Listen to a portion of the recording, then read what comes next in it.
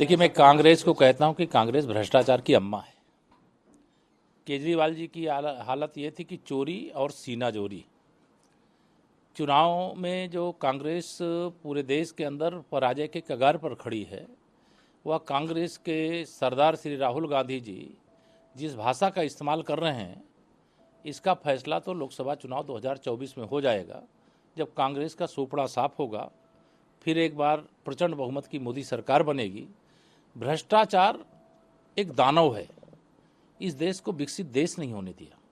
भ्रष्टाचार इस देश के युवाओं के भविष्य के साथ खिलवाड़ किया।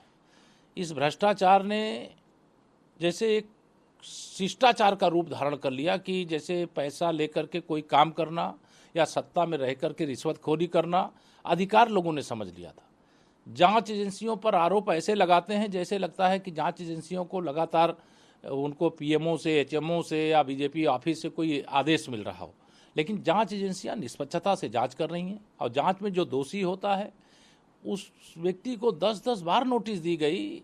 ये सत्ता का अहंकार तो श्री अरविंद केजरीवाल जी को था कि अगर नोटिस दी गई तो जाके जवाब दे दो, और अगर ईडी गलत है तो न्यायालय में जाओ।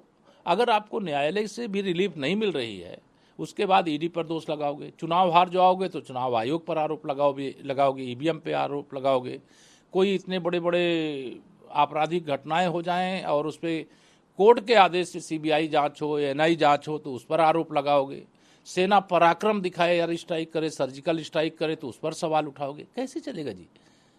जो गलत है, जो जांच एजेंसियां हैं, वो उसके खिलाफ कार्रवाई कर रही हैं। मैं यह मानता हूं कार्रवाई जो हो रही है उसको सबको वेलकम करना चाहिए, और किसी एजेंसी की जांच से कोई संतुष्ट नहीं है तो उससे भी बड़ा स्थान है न्यायालय, उसे न्यायालय में जाना चाहिए। ये आरोप लगाने से उनको कुछ नहीं हासिल होगा। कांग्रेस मुक्त भारत होने जा रहा है, भ्रष्टाचार मुक्त भारत होने जा रहा है, गरीबी से 25 करोड़ लोग मुक्त हो गए हैं और देश पूरी तरह से गरीबी मुक्त होने जा रहा है। देश की सीमाएं सुरक्षित होने जा रही हैं, विश्व में भारत का मान सम्मान बढ़ रहा है। 11वीं से 5वीं अर्थव्यवस्था बने, 3री अर्थव्यवस्था बनने जा रहे हैं, 3री बार प्रधानमंत्री बनने जा रहे हैं मोदी जी। इसलिए इसका कोई मतलब नहीं।